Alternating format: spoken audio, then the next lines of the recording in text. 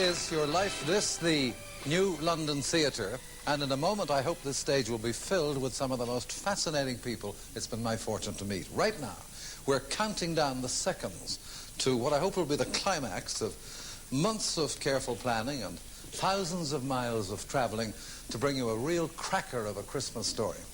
A story about someone who has been, not without justification, described as the most famous man on earth. Someone whose story has reached a milestone quite recently, a historic milestone, which is why he believes he's coming to a television studio to give an interview about it. Not to me, and not in front of an audience. But whatever happens next, I promise you it's the most unpredictable Christmas I remember.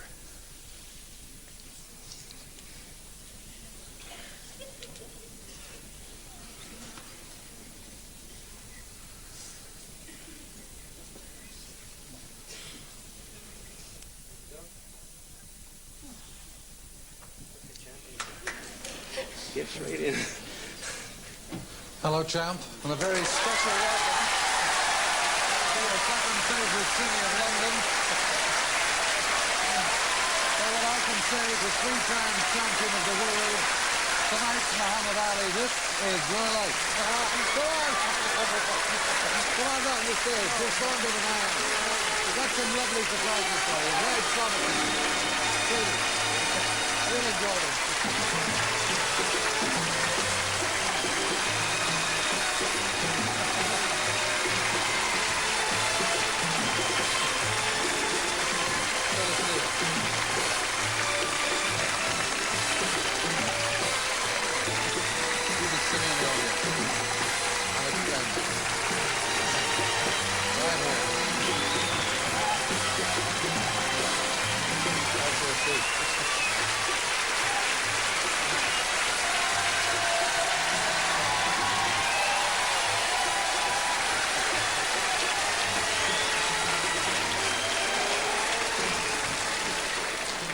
Well, I must say a very special thank you to your pal and mine, boxing commentator Reg Guttridge, for bringing you along here. He lied to me. I will say one thing. I watched this show for years in the States, and I wondered why was everybody so anxious to get me here, this is terrible. This is the right time to get you. Muhammad Ali, this is your life, and there could be no more appropriate time for me to say that as we reach the end of a year which has seen you fight your way into history by becoming the first man to win the World Heavyweight Championship 3 times over.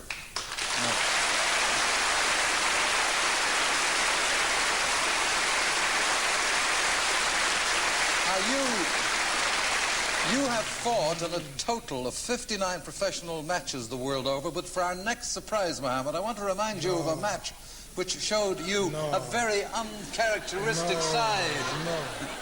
Well, I didn't know at the time, but later you told me you were scared of me. Of course, your wife, Veronica.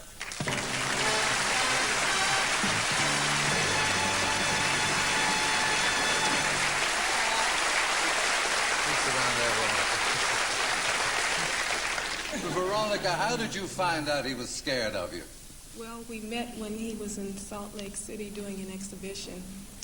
And when I met him, he didn't say anything. And usually he grabs and hugs people like he still does now. But later when I got to know him, he told me that that's why he wouldn't say anything, because he was afraid. Well, it's not easy to contemplate a speechless Muhammad Ali, because the fact that you're... Beautiful women just frighten most men. The fact that you're as mercurial with your words as you are with your fists has made you one of the world's greatest box office stars. And if you look at that screen, we're going over 5,500 miles now to a city you know well, the bright lights of Las Vegas, where no star is shining quite so brightly as the one about to speak to you now from his dressing room at the world-famous Caesar's Palace. Your old pal, Britain's own Tom Jones. Hello, Eamon. I must say I admire your guts for springing a surprise like this on Muhammad Ali. Muhammad, I wonder if the This is the surprise show. is as big as the one you got from Henry Cooper's left hand in 1963. Putting all jokes aside, I'm sitting here in Las Vegas in the dressing room between shows, and as you know, anybody can pop in from time to time, like the time I think it was about 10 years ago in the Latin Casino in Cherry Hill, New Jersey. Knock him at the door, I looked up, and you were standing there. And we've been friends ever since. We've had a chance to talk together from time to time. I must admit, I like this setup tonight because I can talk to you and you can't interrupt me. You know, boxing is the only sport that I really like. I've always enjoyed boxing, and I don't think anybody would argue with me that you are the greatest boxer of all time. Not only a boxer, I think one of the greatest entertainers. But speaking of entertainers, I remember the time when you made a record, I should say, of a song called Stand By Me. Well, I would just like to say this. I won't go into boxing if you stay away from singing. You know, this is a switch. I'm over here in Las Vegas, you were there in London, and I hope you're having a great time in my country. The only thing is, I wish I was there to enjoy it with you. But I'll see you soon. Oh, and by the way, be gentle with Eamon. Thank you, Tom Jones, and nice to know you care. Well, Muhammad Ali, this is your life, and I still don't believe it. you were born here at the General Hospital in Louisville, Kentucky, at 6:35 p.m. precisely on January the 17th, 1942, tipping the scales at 6 pounds 7 ounces. Your father's a sign writer, and you're named after him, Cassius Marcellus Clay. Family home is here at 1121 West Oak Street. And it's there one day when you're only 18 months old, you show the first indication of things to come. You're swinging your arms as babies do. And that's when my baby boy's left hand knocked my front tooth right out. From Louisville to surprise you, who else but your mother, Mrs. Odessa Clay, and your father, Cassius.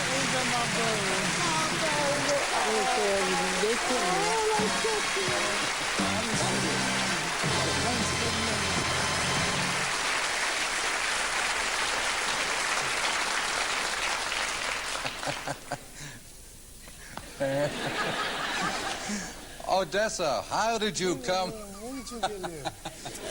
Yes. Don't yes. answer any questions. Okay. You tell me how you came to be the champ's first victim. Well, Ali was always a large baby, and when he was a few months old, he looked like a miniature boxer. And when he was 18 months old, he was very strong and had big muscular arms. So one day he was swinging his arms like babies will do. I wasn't looking, and he hit me in the mouth and knocked a tooth out. And later I had to go to a dentist because it had loosened my other tooth. Cassius, I know his nickname for you is Cash, but what does he call his mother? Bird. Bird. Odessa, where does he get the bird Well, from? Ali, Him. Ali used to always tell me, say, you have a small nose, just like a bird. So they call me Well, today, Muhammad, you must be one of the most photographed men in the world. But thanks to your mother, we can show a rare picture of the future world champ, aged just 2.5. Sitting next to your baby brother, who's 18 months younger. And looking at that picture, you can recognize that we have beautiful parents. We've flown him from his home in Chicago, your brother Rahman Ali.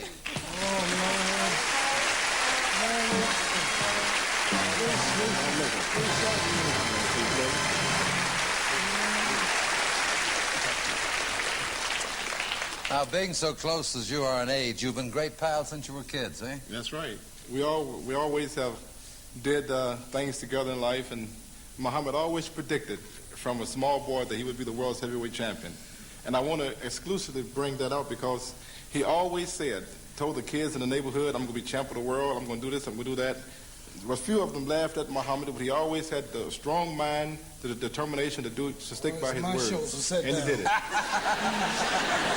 Tell us about hide and seek before you sit down. In front of the world, I love him with all my heart. He's beautiful people. All right, thank you, Robin.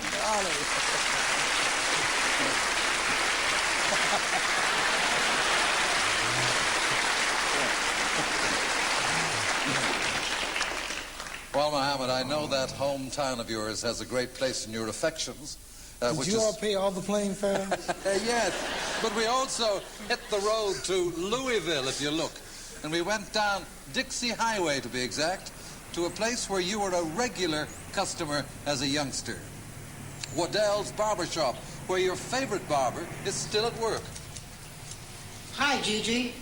And the barber is, of course, your father's eldest sister, your Aunt Eva. Hi, Muhammad. Let me explain why they call you Gigi. When I changed your diapers, all you could say was Gigi. Later on, you said Gigi meant golden gloves. I became a barber because I had 8 brothers' hair to cut. So I had plenty of experience. Now, when you come into the barber shop, all you do is stop the traffic. Hey, Muhammad, you'll never guess whose hair I've been cutting. Jimmy Ellis.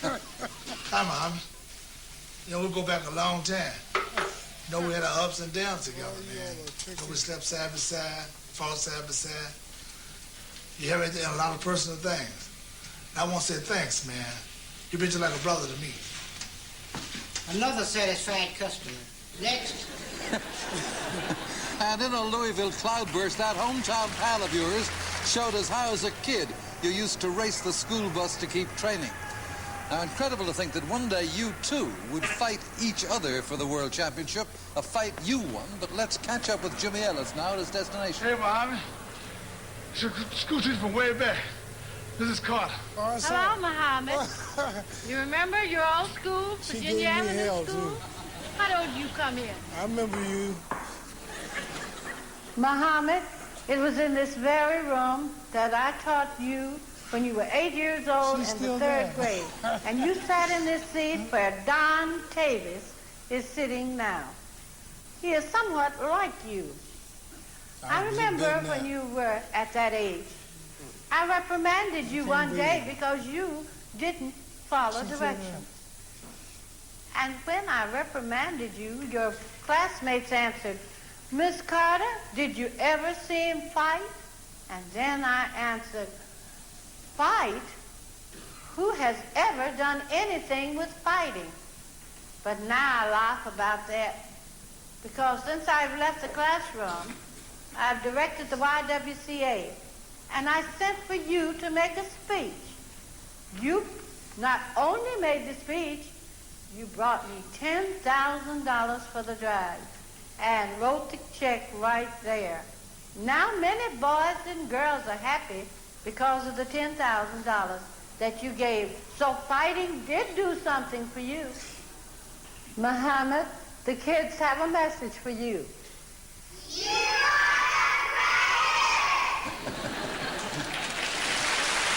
You are the greatest.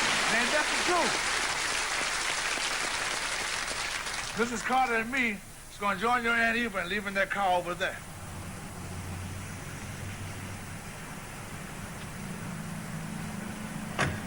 And boy, are you in for a shock. From Louisville Airport, they flew right here to London. Your Aunt Eva, your former schoolmistress, Mrs. Gladys Carter, Miss Carter. and just a little drier, your old pal, Jimmy Ellis.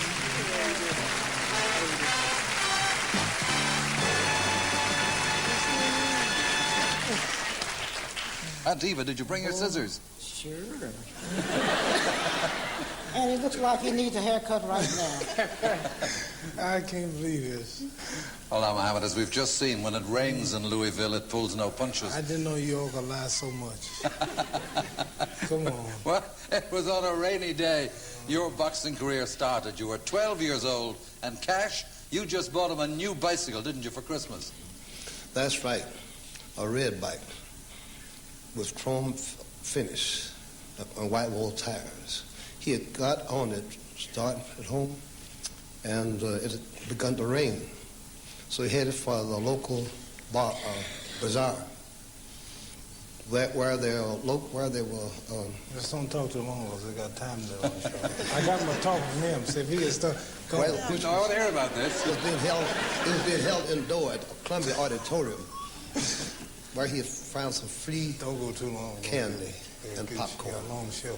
Okay, so you look for your free candy and popcorn, and you park your gleaming new bicycle at the door of the auditorium. But when the popcorn and the candy are finished, Mohammed, it's time to go That's home. why my talk has started, so I know it. What happened when you go to collect that bike, the pride of your young life? Huh? Where was your bike? I couldn't find it. You couldn't find it, that's right. It was stolen. You don't have my bike here. No.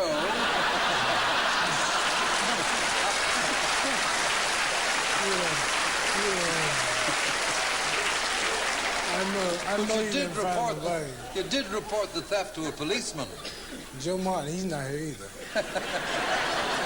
Well, I know that you when you tell that policeman what you're going to do to whoever stole that treasured Christmas gift from your father. You said I'm going to whip him.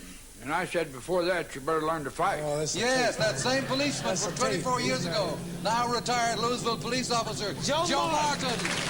And also from Louisville, your great friend and boyhood trainer, Fred Stoner. Man. Well, now, Joe, we'd come to the right man to complain about his bike, because in your spare time, you ran a boxing gym in those days. That's true. And he was very enthused about boxing at that time. And I had a show on television every week, Amateur Boxing, Tomorrow's Champions. And it wasn't but a short time I put him on that show, and that was his first boxing match, was on television. And Tell you something funny. There you are, Muhammad. I have a picture of you. What? It's when you made you stepped in front of the cameras for the first time. What were you going to tell me? Why'd you show that picture? No, he had a boxing show, and he was a trainer too. It was in those days, the integration hadn't taken place, and black people didn't quite have the opportunity they got now. So he had the championship show, and he trained fighters more physically than he did. And I would always train at 6 o'clock at his gym and sneak to his gym at 8 o'clock to really learn more about boxing. And then, because in the Golden Gloves, a lot of his boys would beat his boys, and I thought he was the better trainer, so I would sneak down and learn how to do it. He taught me the jabs, he taught me hooks, and both of them together made me who I am today. Fred, tell me. So so since you surprised me, I'm going to tell you the surprise. I never told you this, but I always sneak to his gym.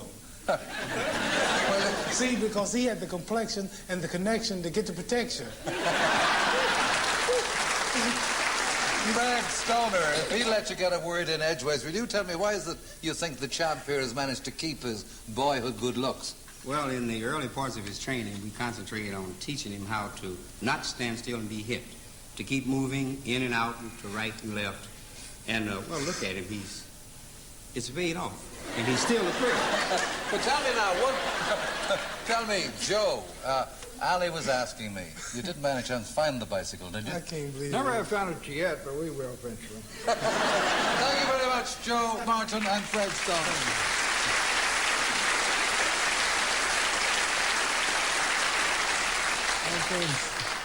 This is a show. Well, as Joe Martin has told us, your first ever match in a boxing ring was on that television show, Tomorrow's Champions, and we set out to find the first person in the world who came out fighting at that first bell against the future world champion.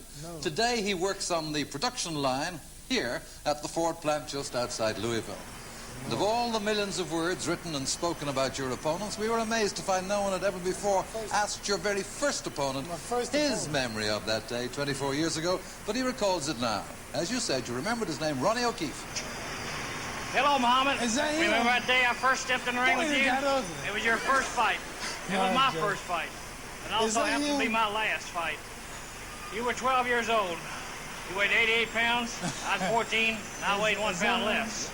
We went 3 rounds. You won by a split decision.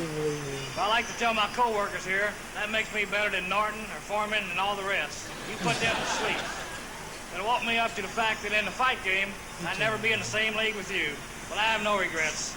I just figure I'm a better lover than a fighter. Everybody's gone here, so I think I'll do the same. See you, champ. And see we will, to shake your hand again for the first time in 24 years. We've flown him tonight. He's here. Ronnie O'Keefe. Oh, man.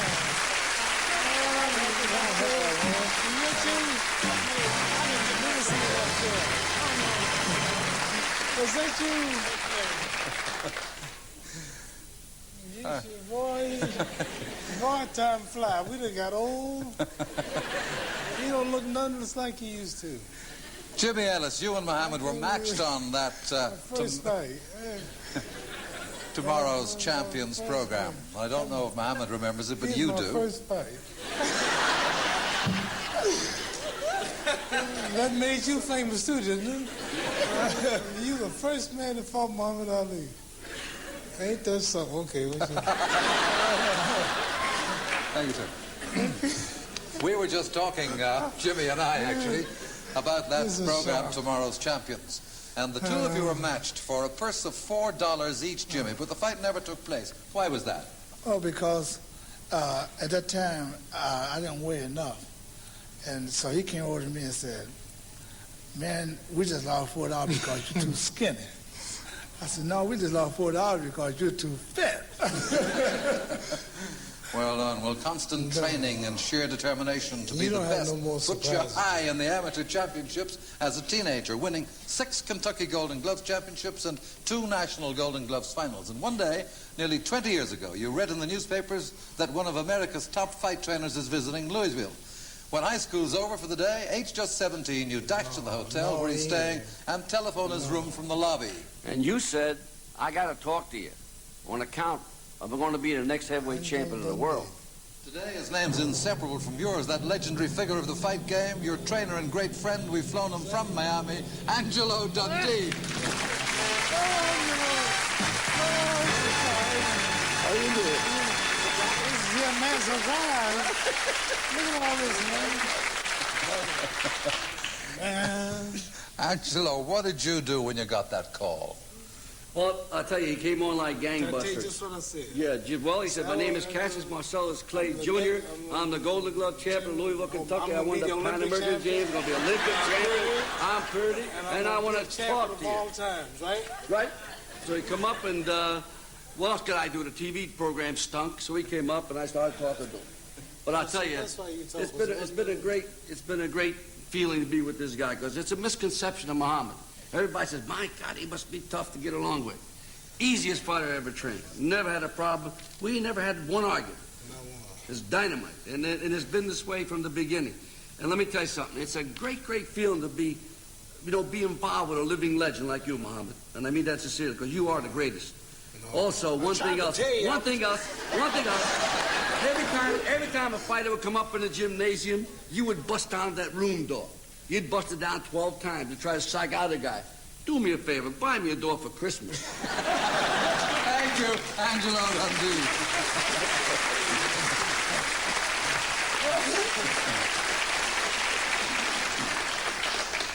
Well, just a year after that first meeting with Angelo, you're just 18 when your victory in the National Golden Gloves finals at Madison Square Garden follows onto the selection to represent the USA at the 1960 Olympic Games in Rome.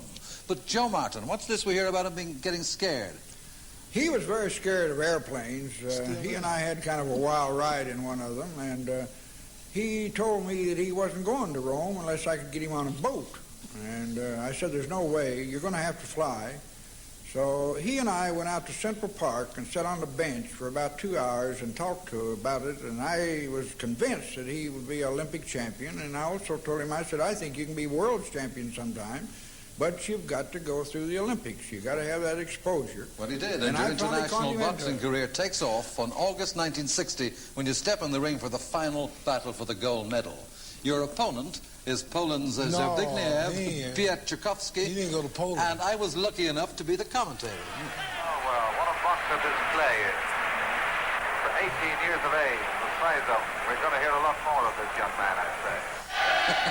Well, I reckon I've made worse predictions, in fact. The world hasn't stopped hearing about you ever since that Olympic victory, which significantly affected the rest of your life. No. Well, it's 18 years ago, isn't it? He's not here. Have you ever seen him since? You didn't go to Poland, no. Have you ever seen him since? No, you can get these. I'll tell you what he's doing. He's passing on the kind of experience he learned the hard way fighting you, because he's now one of Poland's national boxing coaches. No. He was old and we've flown him from his home near Krakow, Ziggy Piotr Tchaikovsky. No, man! No, man! You speak English? No kidding. Man, come on, show me jazz. Show me jazz. Thank you, Ziggy. He speaks English too a little bit. Oh man, this is really a surprise. Can I go on? Well, back home in Louisville, a group of businessmen get together to sponsor you as a professional fighter, and with some of the proceeds of that deal, you buy yourself your first car, a glistening Cadillac. And one day, soon after your triumphant return from Rome, you're to visit a local children's hospital in Louisville with another Olympic gold medalist who flies in from Nashville. And proudly you drive your new car to collect the visitor. But what I'll never forget is the great big sign he hung around the car. To this day, a great family friend. She won 3 gold medals as a sprinter in Rome. We've flown her from Nashville, Wilma Rudolph. Oh, this is a show.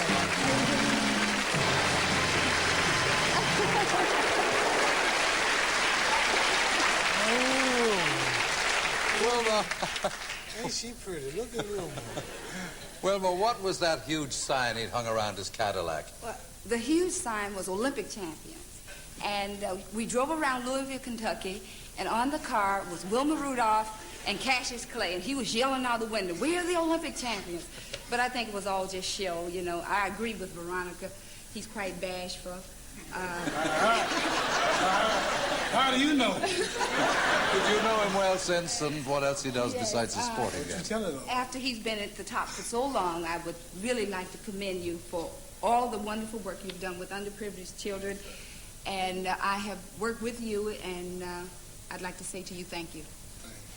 Thank you, Wilma Rudolph.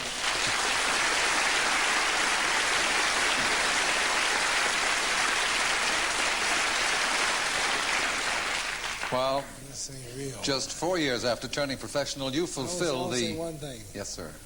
I had a lot of money. I've had many surprises. I'm at the stage now where it's hard to surprise me, to show me anything, to excite me, because I haven't had it all. I feel like a little bitty boy now, just getting a new toy for Christmas.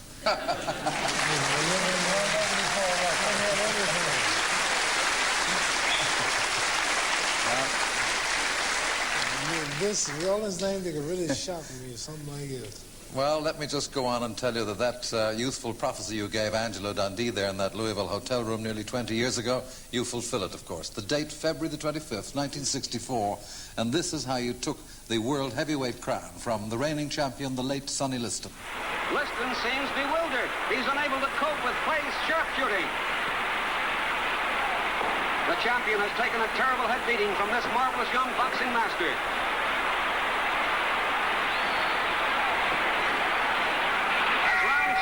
Liston moves very wearily to his corner. Pandemonium has broken loose. Sonny Liston has not come out for round 7. He's got a new champion, Cassius Clay. Well, Muhammad, that inimitable style of yours has challenged the descriptive talents of writers and commentators the world over. But a phrase you'll always be remembered by came from an unexpected source. I still say it to this day, champ. He floats like a butterfly and he stings like a bee. He's been in your corner for 14 years and 44 fights, floating in from New York, Drew Bundini Brown.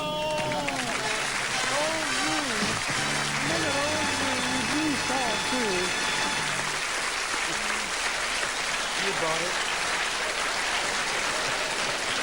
I never saw him so dressed in my life. And he's sober. Drew Bundini, what was the moment that inspired that phrase that became so famous that it even became a song? Well, because to love God is to love people, and I must love Mohammed because he loves God. And all great fighters had nicknames like the Brown Bomber, Joe Louis, Rocky Marciano, The Rock, Sugar Ray Robinson, Sugar, Smoking Joe Frazier. And he was doing road work, and I was talking to God as I do, not with my mouth, but with my mind. And I was asking God, what was his nickname? And the feeling came to me, call him the way it is. Float like a butterfly and sting like a bee. But Bundini, you made a mistake, didn't you, when the champion first interviewed you for a job in his corner? Yes, I call him a phony because I was with the great Sugar Ray Robinson for 7 years, and I never heard of anyone in sports or anything predicting anything but God saying when it's going to do, the weather or anything like that. And he said that he called around. So I said he was a phony. But then he said to me, he got up off the couch and he looked me dead in the eyes. He said, I work hard and I train and I pray hard. And then that's fall, Bodini, and I knew he was human. Thank you, Drew Bundini Brown. Thank you.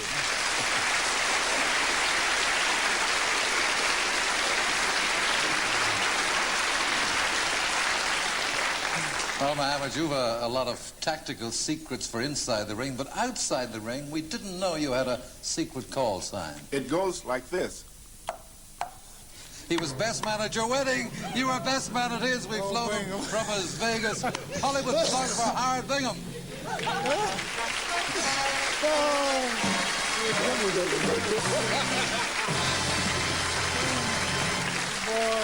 Howard, what's this? No, it's like this, you know. Tell me.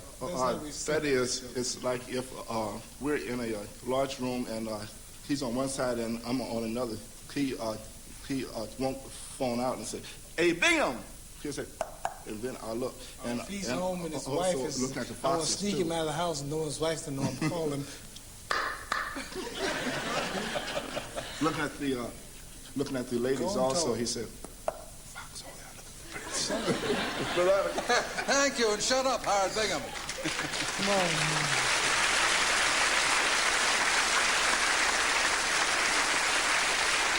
Well, in 1966, you travelled to London to defend your world championship against the reigning British and European champion, who'd given you something to remember him by in your first meeting in 1963, as Tom Jones mentioned earlier. Now you meet again at Highbury, London, 3 years later on May the 21st. And there was no chance of his missing this rematch tonight. Britain's own former champion, Henry Cooper. No.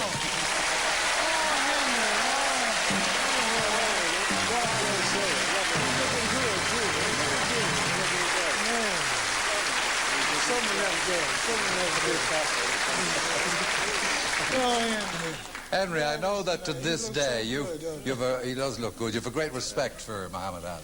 Oh, great respect. I mean, what more can you say about the man? He's done everything. A great natural athlete. But let's be honest, if he'd have gone, whatever game you'd have gone in, I think he'd have been the top. The fastest moving heavyweight, I think, in the world today. Ever likely to be in the future. He was grease lightning on two legs. I had all my work cut out trying to keep up with him and trying to land a punch on him, but a great guy. You landed one, too. One of the greatest. The greatest. You hit me so hard. I never told you this. Well, I'm retired, he retired. Oh. You hit me so hard, you jarred my kinfolks in Africa.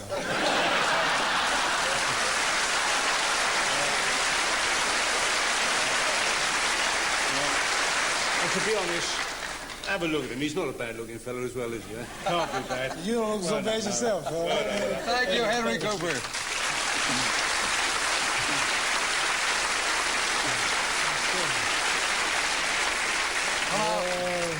The night after that fight, I had the pleasure of talking to you on another show where my other guests included Dudley Moore and the late Sir Noel Coward, who found out you packed a conversational punch too.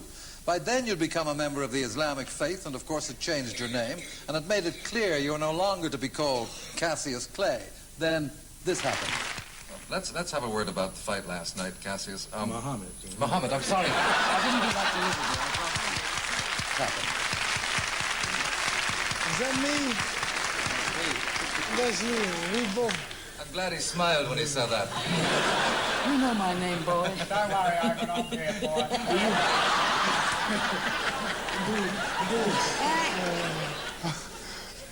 You remember that? Yeah, I almost hit you that day. Well, a year later, Muhammad Ali begins a 3-year exile from boxing when he refuses on religious grounds to join the army, at that time engaged in the war in Vietnam. Even if the threat of a 5-year jail sentence does not deter him. Now, that was reversed in 1970 and his boxing license reinstated. So after 3.5 years of legal and political punch and counterpunch, your exile from the ring is over. October 26th, the place, Atlanta, Georgia. And world headlines proclaim that Muhammad Ali is back in action. As you fight your way back to the title you'd set your heart on as a youngster. Jerry Quarry is hurt, and Ali is asking the referee to stop the bout. Ali puts a jab on the mouth, the right uppercut to the jaw. Quarry is staggered and the fight is over. Madison goes into a crouch, takes the left hand high on the head.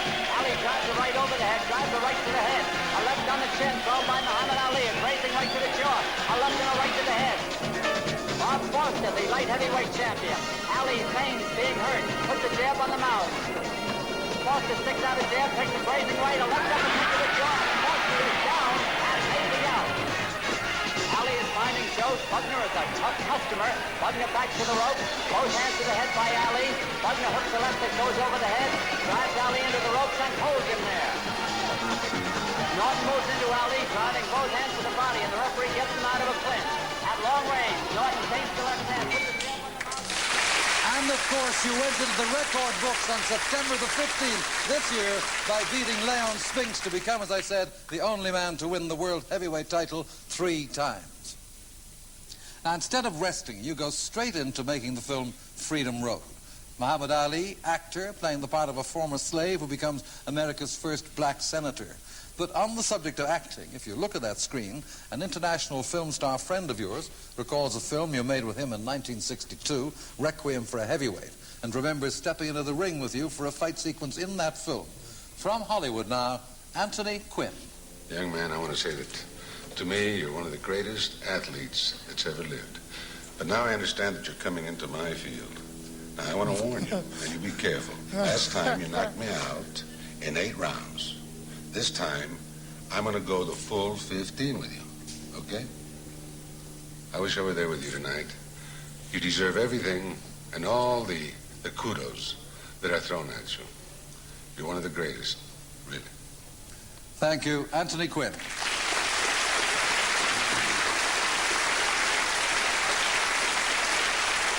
Well, champ, not many people have gone the full 15 rounds with you, but before we close, I'd like to remind you of someone who has. Just as he promised he would one August day in 1970, during your exile from the ring, when he gave you a lift in a car from Philadelphia to New York, and when he pulls up on 42nd Street, a crowd starts to gather. And I said, hey, man, you better get out of my car. Because people might think you and I are good pals. You've described him as the fighter you most admire, your old adversary. We've flown him from Philadelphia. Smoking Joe Frazier.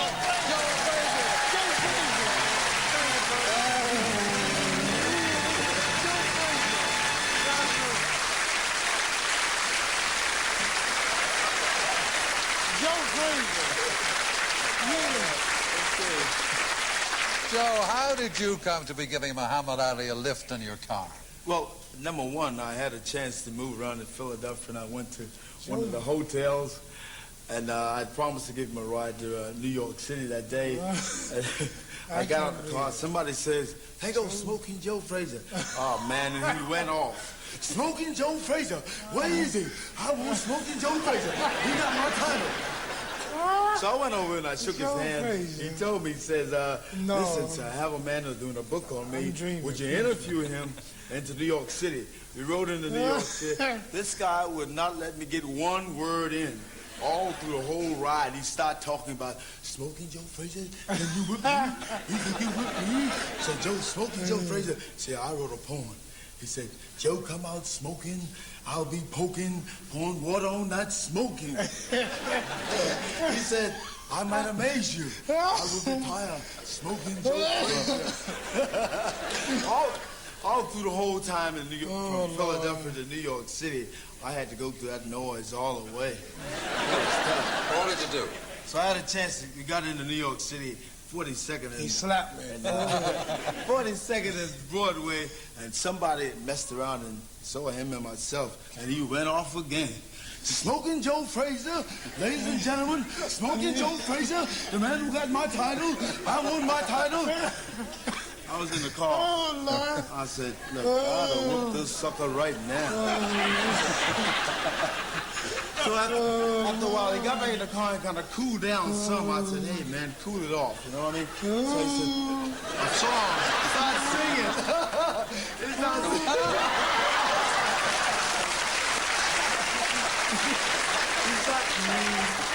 I can't believe it. Ladies and gentlemen, I must go a great down guy. some- I would say we love him. He's a fine champion. Oh, Lord. Congratulations. Skull Fraser. Thank you, Joe.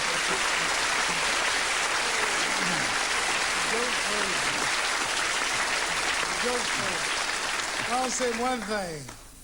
I might see how you got the other people. How did you get Joe Frazier here? My man, Joe Frazier.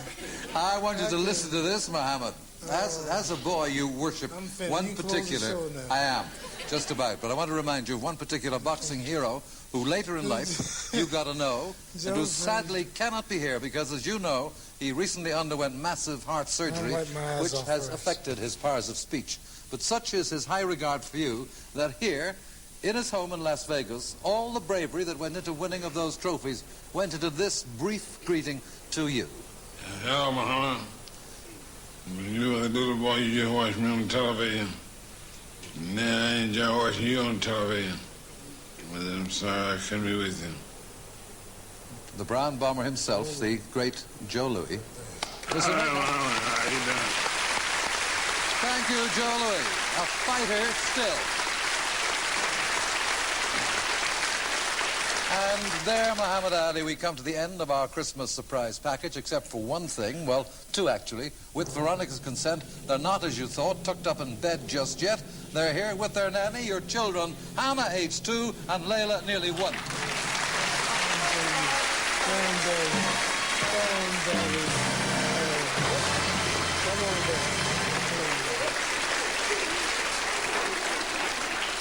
Well, to the greatest, I know they're the greatest. Muhammad Ali, 3 times heavyweight champion of the world. This is your life. Thank you.